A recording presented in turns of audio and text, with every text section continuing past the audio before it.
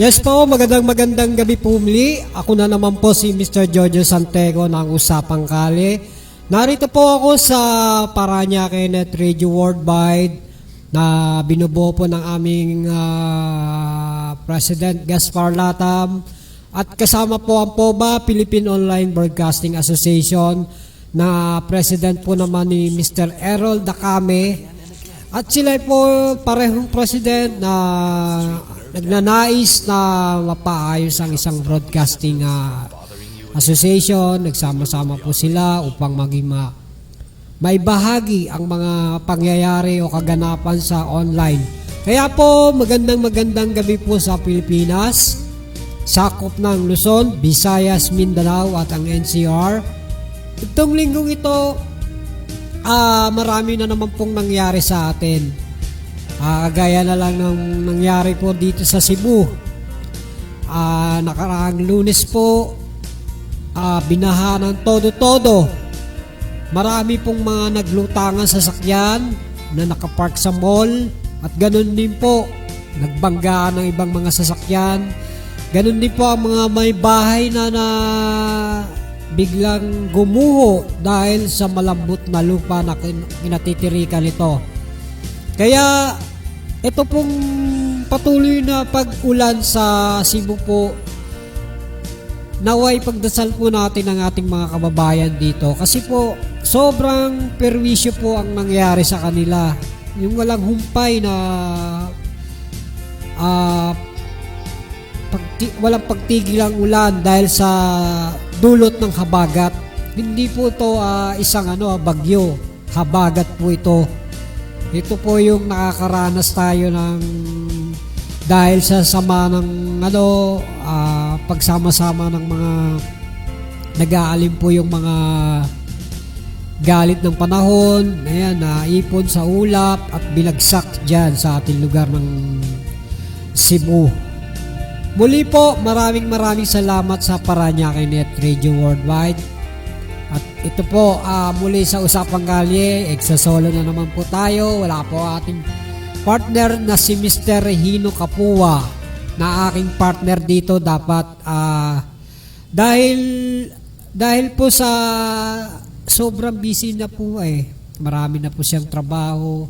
Double ang ginagawa niyang pagtatrabaho. Kaya ayan, sa sobrang sipag ng tao, ayan, nag-e-effort para yung kikitain niya, maipadala niya sa probinsya ng kanyang anak. Para, siyempre, kailangan ng financial ng kanyang pamilya. Kaya nagdo-double effort yung mama. Kaya shout out sa iyo, Mr. Hino Kapua. Salamat sa iyong effort para sa iyong pamilya. Pagdadasal natin na yung ginagawa ay maging matagumpay. Ganun din po ang aming kaibigang si Mr. Rico Areglo. Ang umaareglo sa mga inyong mga kung kayo may problema sa mga titulo, si Mr. Areglo ang kausapin nyo. Dahil dyan magaling si Mr. Areglo. Lalo na kung lalakarin na sa mga sa mga BIR, sa Register of Deeds. Umpisahan nyo siya at tatapusin niya yan. Ganyan po kasi pag si Mr. Areglo. Kaya shout out po sa iyo, Mr. Rico Areglo. Minsan magparamdam ka naman. Ganun din po ang aking mga kaibigan na si Mr. Ito si Danny Camales. Ayan. Si Omer Julagay. Shout out sa iyo, Padre. At ganun din po si Mr. Tupi Rivera. At ang tropang Ibayo po, shoutout po. Good luck po sa bukas po sa championship ng Black and Red. Ganun din po, lalaban naman kami sa third and fourth. Ang Gray at versus ano ba itong makakalaban? versus nakalimutan kong makakalaban namin. Sila Imo. Ayan, makakalaban namin. Kaya good luck. Good luck po sa ating lahat. Mamaya babanggitin ko ulit pag bago matapos ang program, babanggitin ko uli ang team ng mga kalaban namin. Hindi ko lang bakit biglang nawala sa sarili ko ang mga kalaban namin. Siguro nagkakaroon na ako ng memory gap. Ba't ayaw gumana, Mr. Chairman? Ito dito. Ayan. Wala pa.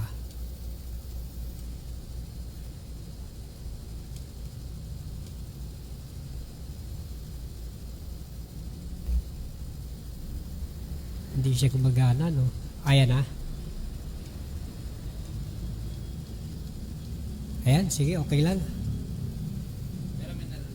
Wala. Oo, meron naman. Ayun, medyo grounded siguro. Ayan. Pasensya na sa mga aking ka-teammate. Nakalimutan ko yung mga kalaban natin. Ano nyo nga, parang nagkaroon ng memory gap eh. Third and fourth battle Siguro, epekto ng pagkakatalo natin sa block. Kaya, sana po, bukas po kasi after the championship ng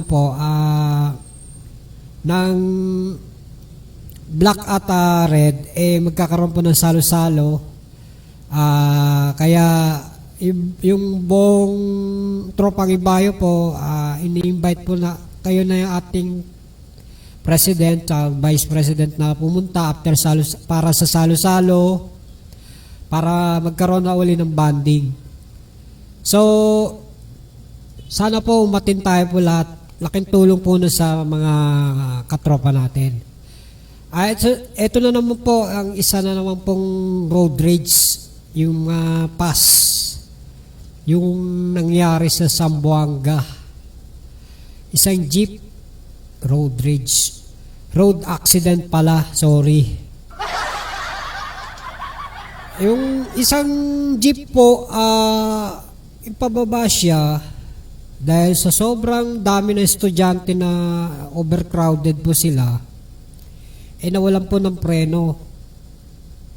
So yung sa isang bahaging pababa, ito yung may mga sakay pati may mga bubong ng mga jeep.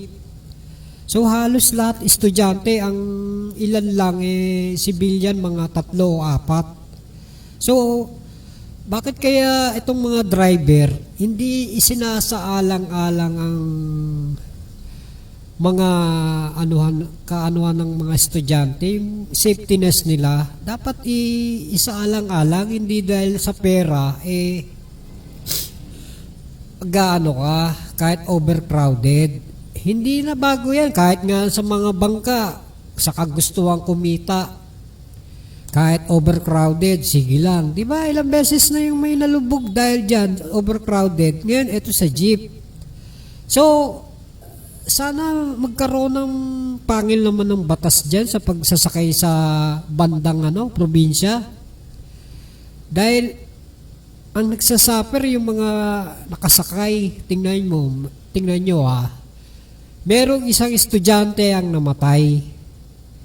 So, kanino mo isisisi ngayon? Di sa driver. Sasabihin ng driver, hindi niya gustong nangyari. Pero dapat bago ka pumasada, itingnan mo muna kung ano kondisyon ng sasakyan mo. Kung okay ba yung preno o ano yung dapat gawin para pag nagta-time na nagda-drive ka na, alam mo yung bagay na dahilan para hindi ka matakot magmaneho. Kasi kung may nararamdaman mo na yung problema niyan, alam mo, hindi ka hindi ka mamamasada dahil may problema. Dahil sa pera ang masyado yung Diyos, ayan, maraming buhay ang nalalagay sa alanganin. Kaya, dapat may ipin dyan sa batas ng pagdadrive dyan sa probinsya. Overcrowded Kung miski nga nung umuwi nga kami sa Bicol yung kasi sa liblib na lugar din yung sa asawa ko, pati yung bubong may sakay Pero minsan naman wala dahil siyempre konti lang sumasakay. Pero pag rush talaga yung last minute na, yung iisa na lang dapat dahil may oras-oras sila dyan yung huling sakay, kailangan makasakay ka. Kung hindi, wala, di ka makakauwi sa paroronan mo. Kaya siguro nag-overcrowded tong jeep dahil halos last minute na huling biyahe na nung time na yon. So, yun ang nangyari. Sabi ng driver, hindi niya kagustuhan, humingi ng paumanhin. So, ano pa nga ba mangyayari doon?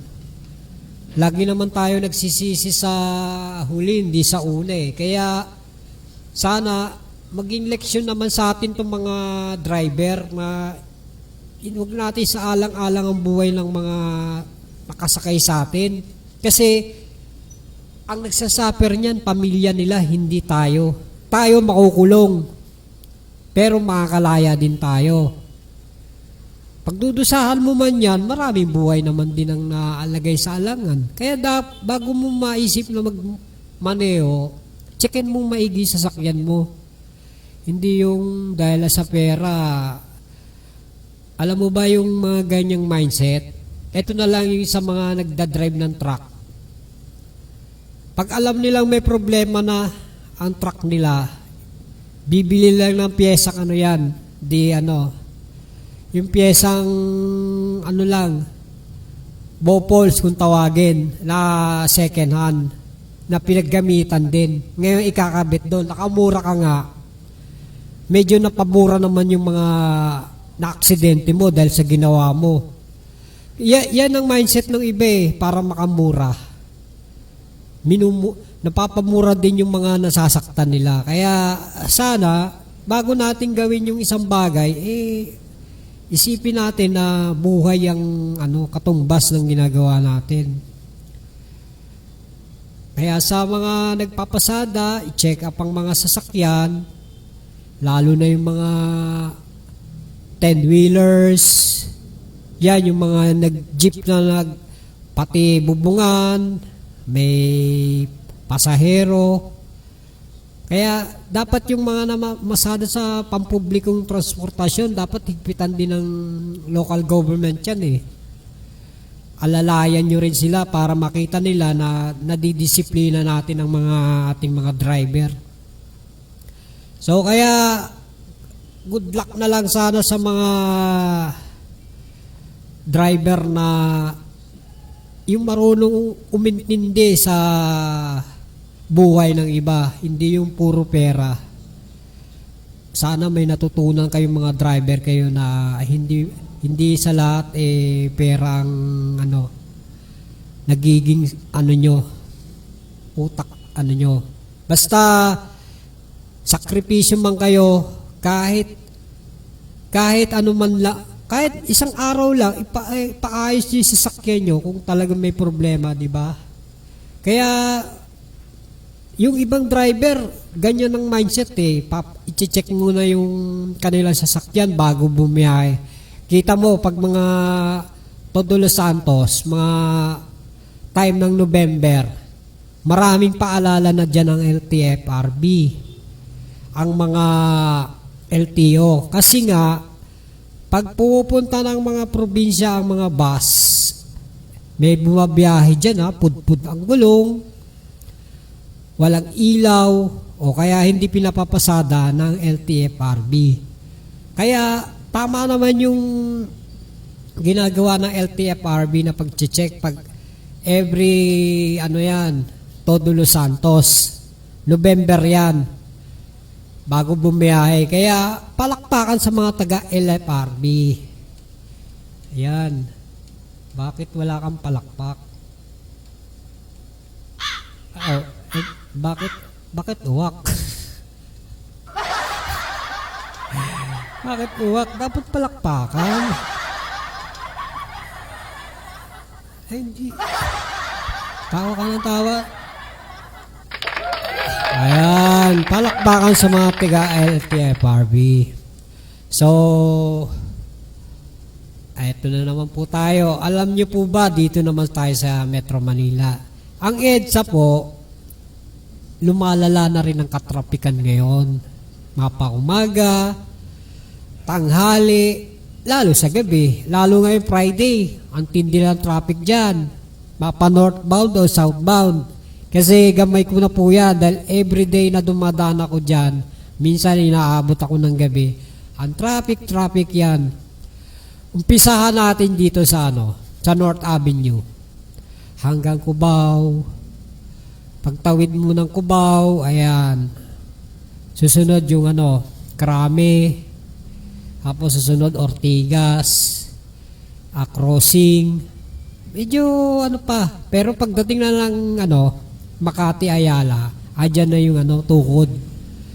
Kasi between Alabang Mantrade and Baclaran Mantrade, yung naghahati dyan na flyover, yan ang nagiging cause ng traffic. Lalo na sa paggabi po. Kaya, lalo ngayon magpapasko, yan at yan na magiging mangyayari. Kaya yung mga manggagawa at estudyanteng mga pauwi, sakripisyo dyan. Lalo na yung malapit na magpasko. Palala ng palalayan. Sigurado ang mga katrapikan, hindi lang sa EDSA at sa marami pang lugar dito sa Pilipinas. At yung ito pa isang paalala, kanina lang po dumaan ako sa EDSA southbound. Pag angat mo ng Ayala Tunnel, meron dyan isang kaliwa na daanan ng busway na dati pong dinadaanan din ng ng mga private vehicle. Ngayon po may dumaan dyan, lagi namang may dumadaan dyan. Ngayon kanina hapon ng alas 4, ngayon pong araw na to, dumaan dyan yung mga private, marami pong natikita. Dahil medyo natrap sila sa mga ng huli, biglaan. Kaya kung kayo po dadaan dyan uli, huwag na kayong dadaan dyan sa busway na yan kasi matatrap lang kayo dyan. At sigurado bawat private vehicle dyan tinitikitan. Isa-isa yan. Kahit mag-traffic pa sila, basta matitikitan kayong lahat na nandun sa loob ng busway. Kaya mag-ingat-ingat na lang po kayo. Pagpasensya nyo na yung katrapikan at uusad din naman yan. So, ayan. Basta, wag na kayong pupunta. Kahit dun po sa northbound naman ng Malibay, Pasay, paakyat naman din ng Mantrade. Meron din diyang isang busway. Ganun din yung sistema. Dati po, dumadaan ako dyan dahil medyo ako dyan nung one time, nakita ko may naguhulihan, buti na lang hindi na ako dumadaan dyan. Kasi po, magiging po sa atin yan dahil ang laki ng penalty. Magkano ang multa sa mga nahuhuli dyan? Parang 1.5 po yata.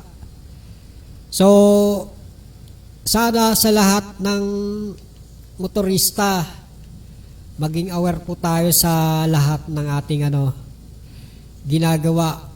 Kasi talaga pong seryoso na ang ating mga enforcer na manghuli ng manghuli, lalo na yung magpapasko. So, kayo namang mga nanghuli, sana hindi ningas kugon yung gawin nyo. Dapat seryoso po tayo. Kasi alam naman natin marami matitigas na motorista. So, kaya ayan, sana lagi kayo nandyan sa panghuhuli. Huwag yung parang lang kayo, ningas kugon, mamayang hapon, wala na. Pag umaga, nandyan tambak kayo ng uhuli.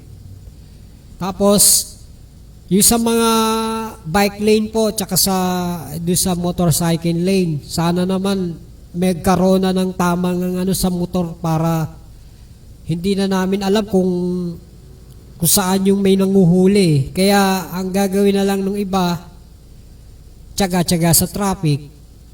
Kasi nga hindi makadiskarte dahil minsan may nanguhuli po talaga dito sa sa bike lane, kagaya dito sa parting EDSA EDSA Green Hills. EDSA Green Hills yung EDSA yan. May naka MMDA dyan minsan. Minsan naman wala, kaya yung mga motor nandun na naman sa bike lane. So, hindi mo masabi, mamaya meron pala. Kaya sana naman natin kung ano talaga yung karapat dapat kung para saan yung pupwesto ang motor at ang mga nakabike. So, yan. Sana po lahat ng mga aming mga kaibigan, paki-like and share niya lang pa ang Usapang Kalye at ganun pa man isi-shoutout ko kayo kagaya ng aking mga kaibigan sa batch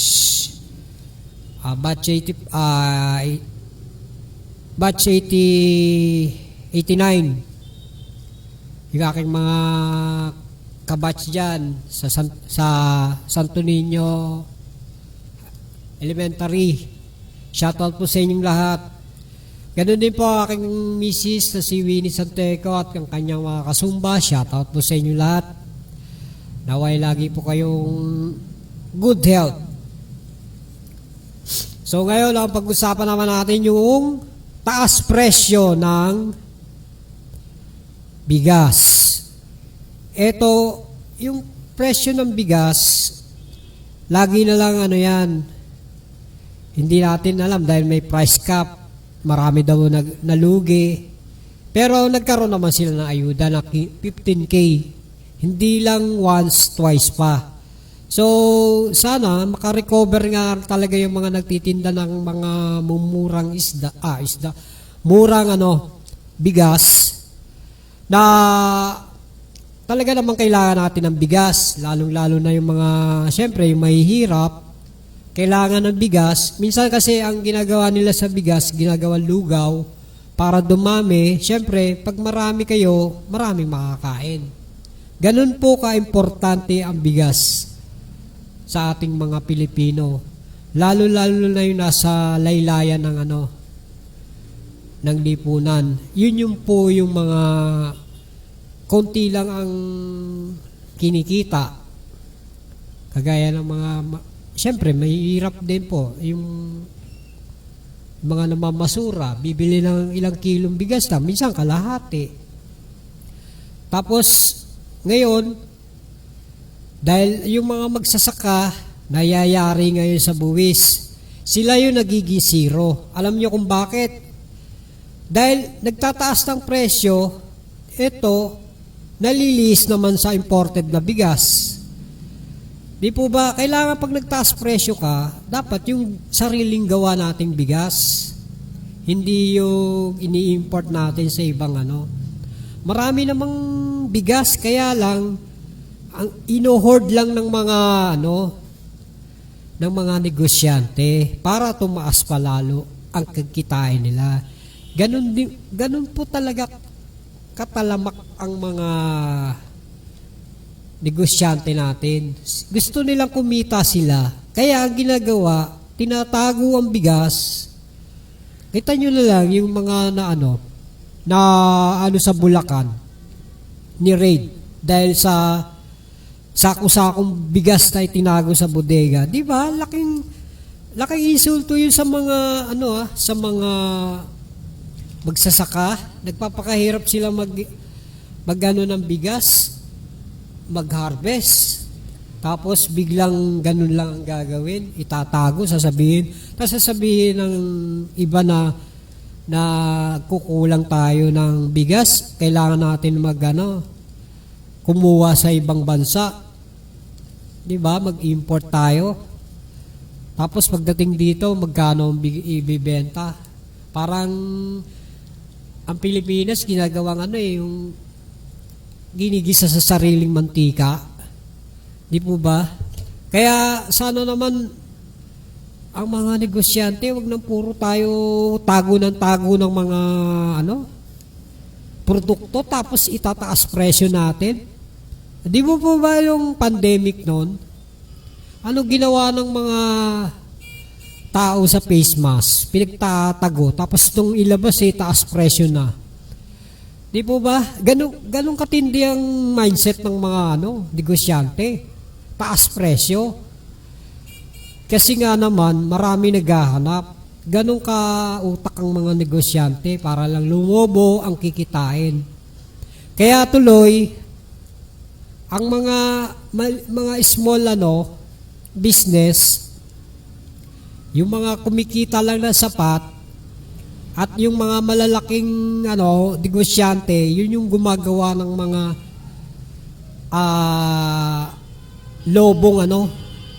lobong kita.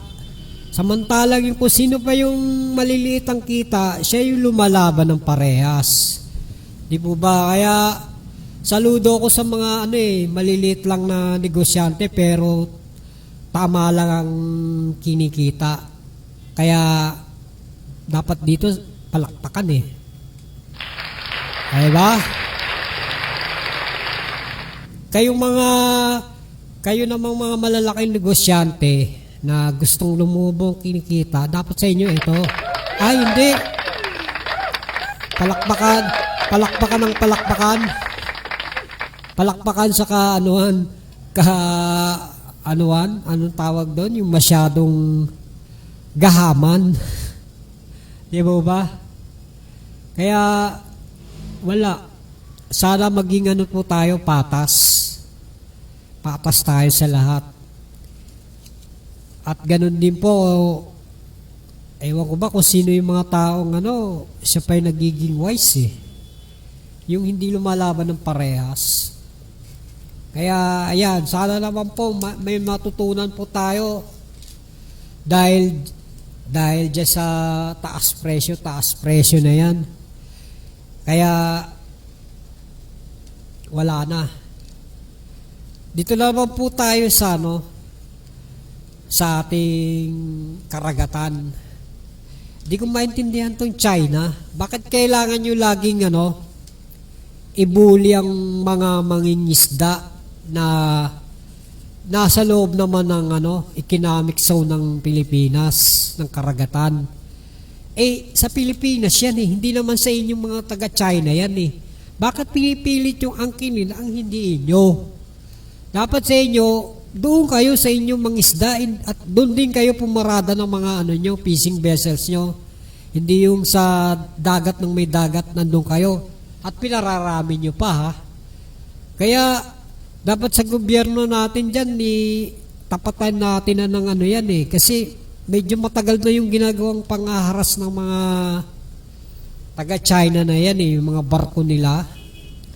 Kaya hindi dapat tinotolerate. Dapat dyan pinapalaga na yan ng natin gobyerno sa ginagawa nila na yan. Yung due process talaga idaan sa legal. Kaso parang ningas kugon din yung mga to walang marinig. Kumbaga tengang kawali din. Kaya sana naman sa ating gobyerno maging naman tayo matigas ang ating buto, hindi yung parang lagi pa tayong nag-iisip ano pa tong ginagawa ng China na to halos andyan na nga binobomba na nga ng tubig yung ating mga taga-supply ng pagkain parang insulto na yung wala pa tayong dapat paramdam natin sa kanila na hindi tayo nakatingin lang sa ginagawa nila. Dapat alam nila yung kung saan sila dapat pumwesto. Doon lang sila sa lugar nila. Kaya malaking bagay po talaga yung nagagawa ng pagkakaisa. Tama naman yung ibang sinasabi ng ibang senador, kailangan natin ng tulong ng ibang bansa. Alam niyo kung bakit?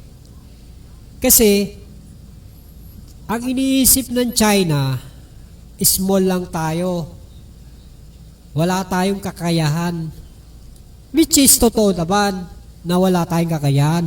Pero, nandyan naman yung pagsisikap natin na kahit papano, magkakaroon naman tayo ng progress. Andyan yung, siyempre, dapat dyan sa Senado, ipasa yung bill na inihingi ng ating mga kaanuhan. Mga nag-aalaga sa ating karagatan na para makabili naman ng tamang sasakyan na pangsabayan sa ginagawa ng China. Mga sandata. 'Di ba? Para sa mga sundalo. Wala tayo noon eh. Ilang taon na ang maraming president ang dumadaan, hanggang ngayon ganun pa rin ang sistema natin. Para tayong yung makina ng sasakyan na kakarag-karag. Hindi, kumbaga, pag tumatakbo tawag dito yung kumakadyot-kadyot na brum brum brum. Di ba? Kaya hindi tama yung parang ang ating gobyerno bigyan ng tamang pondo ang national defense natin. Ganon din po ang mga sundalong nangangailangan ng pondo para sa ating bansa, kagaya ng helicopter, mga jet fighter. Hindi yung ano-anong fund, confidential fund. Dapat doon nilalaan. Kung may confidential fund, doon nilaan. At least may nakikitang progress kung saan nadala yung pera. 'Di ba? Kawawa ang taong bayan na nga nagbabayad, tapos taong bayan pa magsasakripisyo. Dahil wala naman tayong nagagawa. Kaya sana yung ating mga kapulisan din, yung tamang disiplina naman sa kanila, na halimbawa kapag ganyang may hinuhuli, dapat po nasa tamang panghuhuli. Kasi yung iba po may mga nagrereklamo na taniman ng ganito. Kaya hindi nagiging magandang sa mata ng ibang tao yung ginagawa ng pulis, which is ginawa naman ng pulis yung kanilang trabaho. Di po ba? Kaya sana sa lahat ng mga natin, mga kababayan, ipaglaban natin kung ano man yung karapatan natin, kung tama ba yung panghuhuli or hindi. Di po ba? Kasi karamihan naman ng parting ginagawa ng pulis. Kaya po ako napunta sa pulis kasi itong mga pulis po, kaya minsan na nakakagawa ng isang bagay, kasi nga yung tungkol din doon sa, siyempre yung mga pondo po nila, siyempre dapat kailangan madagdagan pa rin ng kanilang mga sweldo. Kasi sa hirap ng trabaho nila, kailangan po talaga dyan malaki ang sweldo ng mga pulis. Para, siyempre, yun ang magiging dahilan din para minsan iwas kotong na rin. Dahil malaki na nga po sweldo nila. Kung dati po sinasabi ng iba, malaki na nga sweldo ng pulis, hindi pa po sapat yun. Kasi, siyempre, alam nyo naman yung ibang pulis, sobrang trabaho. Lalo na yung mga pinapadala sa ibang lugar. Siyempre, maiwan yung pamilya, kailangan ng mga assistant para sa pamilya nila, pag-aaral, pabahay. Kaya sana maintindihan natin na yung maliliit pong pondo, lakihan naman ng ating gobyerno. Itong pinag-uusapan sa Senado, dapat yung mga kagaya ng mga army na nagpapatrolya din sa ating mga karagatan, yan ang lakihan ng pondo para makasabay tayo sa agos ng buhay. Maihatid ng mga kasundaluhan natin ang tama para sa kanilang kababayan. At ganun din po kung naiwan nila ang pamilya nila, at least meron din silang mga naibabahagi dito kung malayo man sila. Dahil dito, sweldo rin ng mga sundalo, siyempre dapat sapat din para maibahagi sa kanilang pamilya. Kaya, ayan. Tapos, balik po tayo dito sa sa bigas. Yung sinasabi ko kanina, yung bigas, merong mga nagbitaw dahil dito nga sa kumontra dito sa price cap ceiling. So, ang sinasabi dito ng isang official, alam niyang pagbibitiwin siya ng kanilang nakakataas dahil sa mga binitawan niya salita. Kaya ang mangyayari, at least nasabi niya yung dapat niya sabihin para maunawaan ng taong bayan kung ano man yung nangyayari sa mga kabigasan natin. So which is tama naman siya. Kung maghahanda siya sa mangyayari sa kanya na pagbibitiwin siya, okay naman po yung ganon. At least na ibahagi niya yung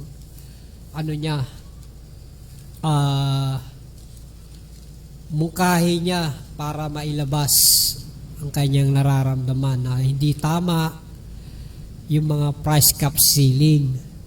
Marami na po talaga nalugi. Kaya doon na lang po tayo na may ayuda naman sila. Siguro, sana mapagtakpan yung pagkalugi nila. So, yun lang yon.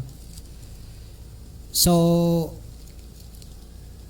muli, dito sa bigas uli, ang Pilipinas, Vietnam ay nagkaroon na ng nagkasundo ng 5 taong rice deal.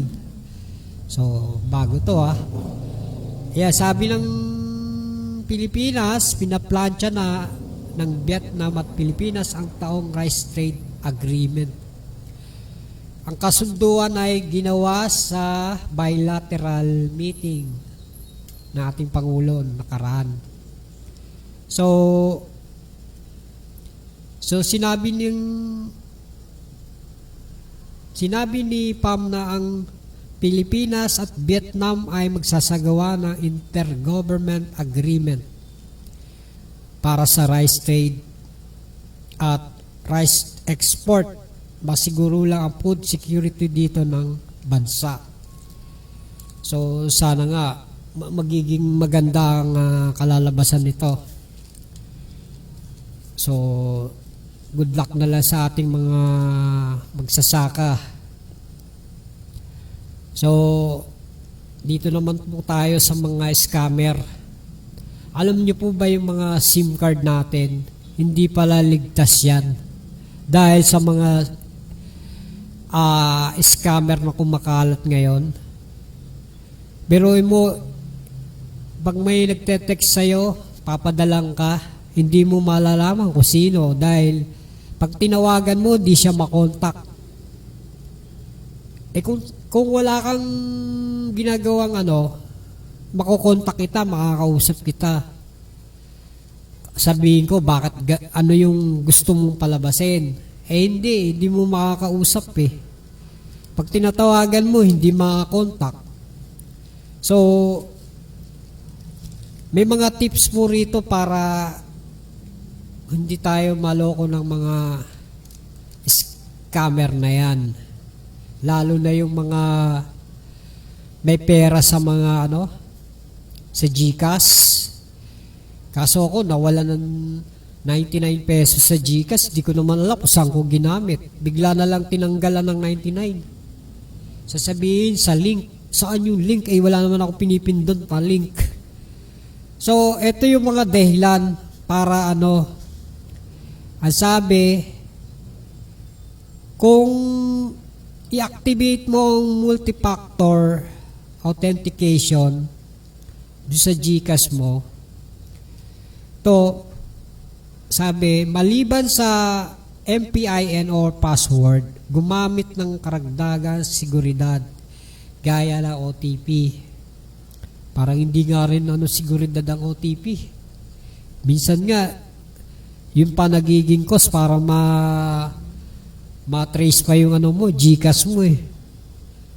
So, tapos sabi, number 2, wag basta-basta mag-click ng link. O yun, sabi, wag kapag nakatanggap ng mensaheng nagsasabing nanalo ka sa loto o papremyo mula sa hindi kilalang numero, wag agad paniwalaan. Tama naman po, wag basta-basta maniniwala kasi yun po nagiging Ako naman po wala akong pinipindot na link eh. Bakit nagkakaroon ng bawas sa ko? Sa GCash ko, nagulat na nga lang ako, 200 plus na nabawasan ng 99 pesos. So, tingnan ng maigi ang mensahe ng OTP. Excuse me po. Bilang karagdagang seguridad, kapag nakatanggap ng OTP sa pamamagitan ng text message, ugaliin na basahin kabuuan ito upang masigurado na tugma ito sa transaksyon na nais mong gawin. Kung hindi ka nag-request ng OTP o kung magkaibang laman ng mensahe sa nais transaksyon, huwag ilagay ang OTP. Tapos, number 4, huwag magpapadala kapag minabanali ng iba. Excuse me po. Tama naman. Kung alam mo namang hindi naman karapat dapat na ipadala, wag ka magpapadala kung hindi naman dapat. Kasi alam mo naman kung kailan ka magpapadala eh. Kung may nangihingi sa'yo or may padadalang ka. Tapos, number 5, huwag i-share ang OTP. Ito yung tinatawag mga phishing scam ay na itutuloy kapag nakuha na ng kriminal ang information tulad ng MPIN o OTP. Ang pinakamadaling paraan para maiwasang maging biktima ay huwag kailanman ibigay ang MPIN o OTP. So, tandaan, hindi kailanman hingin ng GCash ang inyong MPIN or OTP. Tama naman po. Kaya maging alerto naman po tayo sa ating mga sa mga e-wallet. Kasi ako po nakaraan talaga na 99 tapos meron pa nga 400 ako dati nawalan ako sa GCash eh. Ewan ko bakit kaya minsan hindi ko na inalagyan masyado eh. Kasi nga parang hindi hindi safe ang pera natin sa GCash, nawawala eh. Kaya sana naman ng GCash gawa ng paraan ng ganitong pangyayari. So, at sa mga tatakbong mga kapitan at kagawad at SK chairman good luck po sa atin lahat. Sana po yung mga mananalo kung bago kayo masaya. Kung luma kayo nanalo, mas okay po. Kung yung mga natalo hindi tanggapin po na lang natin yon. Huwag nating gayahin yung iba na kapag gustong manalo, wala. Pinapalikida ang kalaban. Kagaya nangyayari sa mga probinsya po. Ganyan ang labanan doon. Pag alam nilang yamado ka at dehado sila, gumagawa ng paraan para sila ang uupo at sila ang mananalo. So, sana po talaga ang mga taga-Comelec kumilos na sa mga ganyang crab mentality na style. Kasi yan po ang nagpapalala sa mga mga politiko na kapag nagawa nila once, gagawin nila ng twice. Kaya sana maging alerto din yung mga ibang kandidato na malinis kung lumaban. Huwag tayong basta-basta nagpapaniwala sa mga sinasabi ng ibang tao. Lalo na yung kukunin nila opinion mo tapos sisirain ka rin pala. Ganun po yung iba, maninira at maninira yan. Pag alam nilang yamado ka, kita mo na nga lang dati sa presidential, yung isa, sasabihin, hindi ka inborn sa Pilipinas. Which is, pinanganak naman sa Pilipinas. Ang tatay niya, Pilipino. Diba? Kaya kawawa talaga yung mga, yung mga taong bumoto sa mga hindi karapat-dapat tapos nanalo. Tingnan mo, nagwiwindang-windang patakbo ng politiko doon sa kung ano man yung nasasakupan, yung kung local man ng tinakbuhan niya, kawawa yung distrito niya. Kasi binoto niyo siya ng hindi karapat-dapat nawindang ang kanyang distrito. Parang Pilipinas din. Sabi ng iba, dapat hindi mo binoto si ganito. Tingnan mo nangyayari ngayon sa Pilipinas. Nagwiwindang-windang. Sana nga, ako, sa isip ko po, kung sino man talaga yung nagmamahal sa Pilipinas, yun ang magpapaunlad sa Pilipinas. Kung sino man ang gahaman sa Pilipinas, yun ang magpapabagsak sa Pilipinas. Kaya itong issue natin sa West Philippine Sea, kapag napaganda ng ating President Bongbong Marcos to, napakalaking bagay. Lalo na yung ginagawang pangaharas sa atin ng mga Chekwa na to. Nako, sana lang talaga magkaroon ng backbone ng ating presidente na hindi na tama yung ginagawa ng ibang lahi sa ating karagatan. Kasi sobra-sobra na ilang taon na nga nagsasakripisyo na nga ang mga mangingisda natin dahil sa ginagawa nila Tapos ngayon dadagdagan pa nila ng dadagdagan yung mga nandun sa karagatan na kung ano-anong pananakot pag ginagawa. Sana nga lang talaga matuldukan na yung ginagawa ng ibang bansa natin kagaya ng China. Hindi kung meron man kayo kaalyado ang China na gusto nyo suportahan, wag nyong ilagay ang sarili nyo dahil hindi po magandang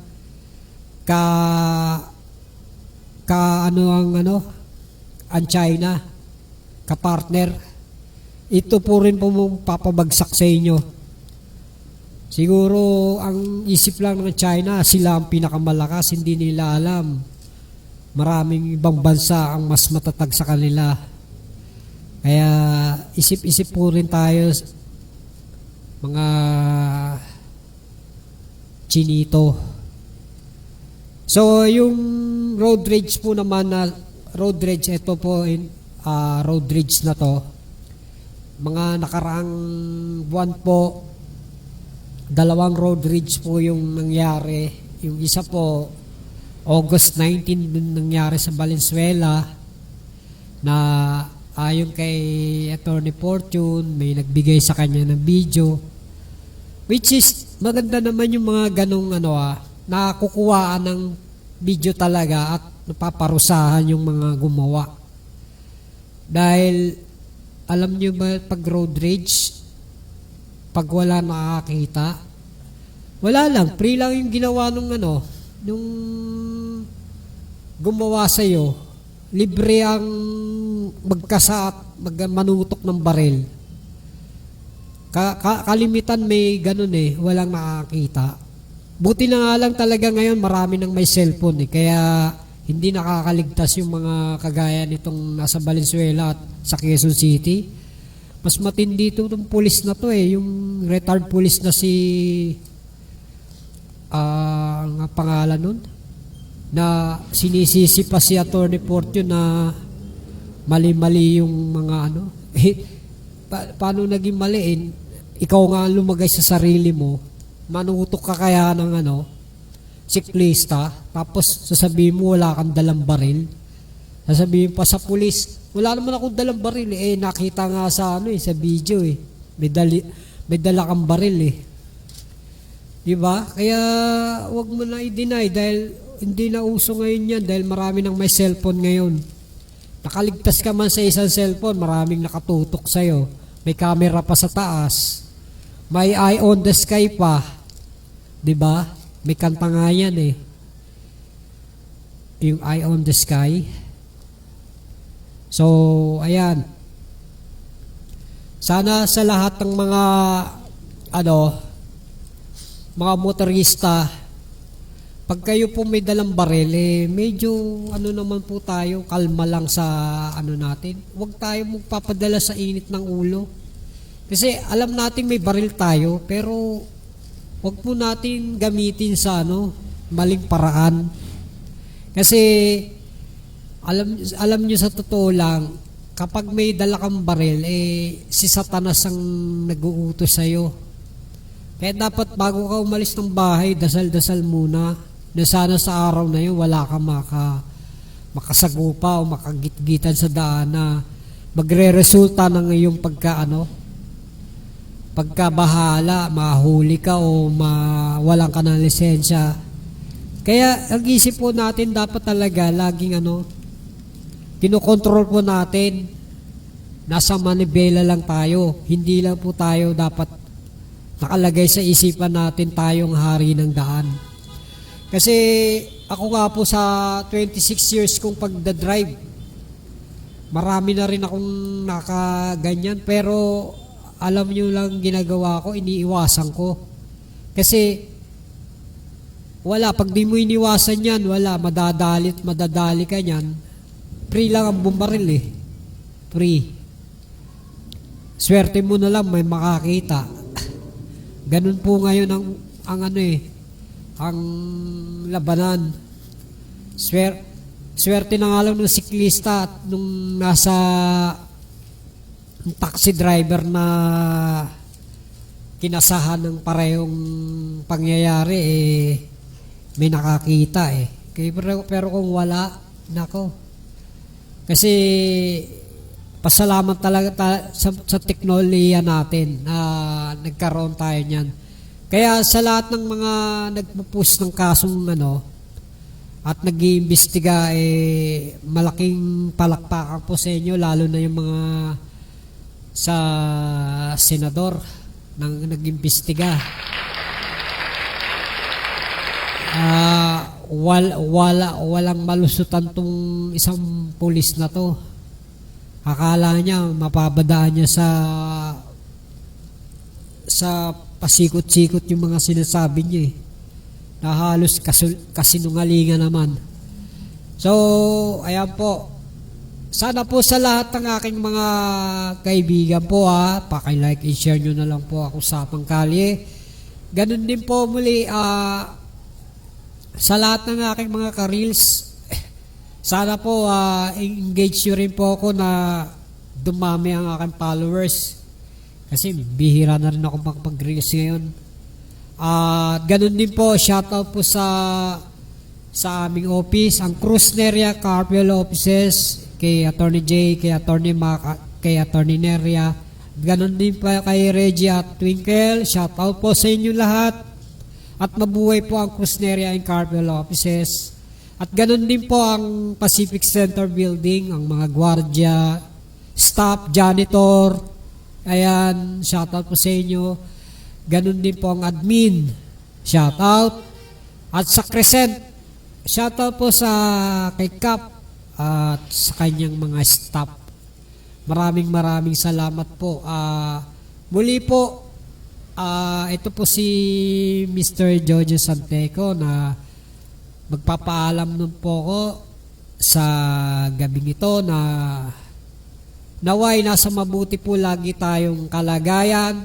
At muli po, Paranaque Net Radio Worldwide, salamat po sa inyo. At ganun din po sa POBA na lagi pong nandyan para sa Paranaque Net. At muli po, God bless po sa ating lahat.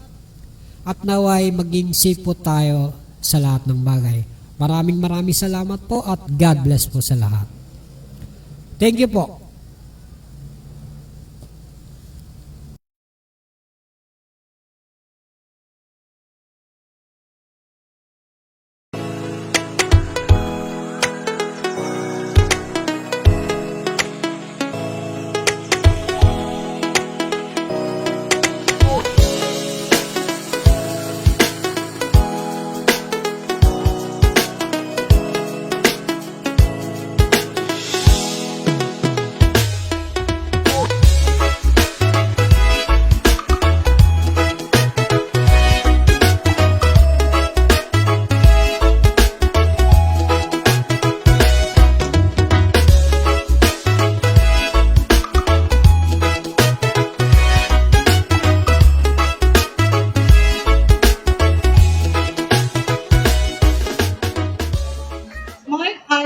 Besa to deliver his message of support.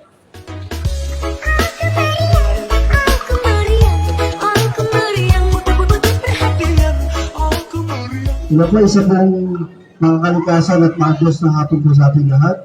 Gusto ko lang itong batiin ang mga kapitan na dito ngayon. Si Kapitan Noel Rapdos ng Barangay San Isidro, ang aking idol. Kaya po, si Kapitan John Quezon ng Barangay Tambo. At si Kapitan Marilyn Burgos ng Barangay Donggala, kayo nandito. At yung mga kagawad, si Kagawad Lani, Kagawad Darwin. Salamat po sa Asyana, sa panguna po ni Engineer Risa. Dahil po siya po yung aming adapters, kaya po kami nagkaroon ng award ng Gawad Taga-Ilog at nag-champion po sa liquid waste sa tulong po ni Kapitana Jen ng Barangay Tambo. Okay, ayun lamang po siguro at magandang hapon po sa atin na.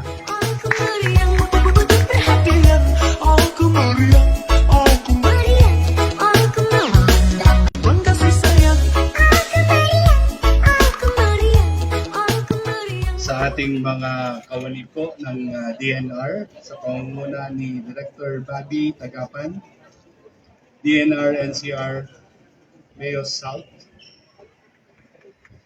kay Engineer Risa Montances.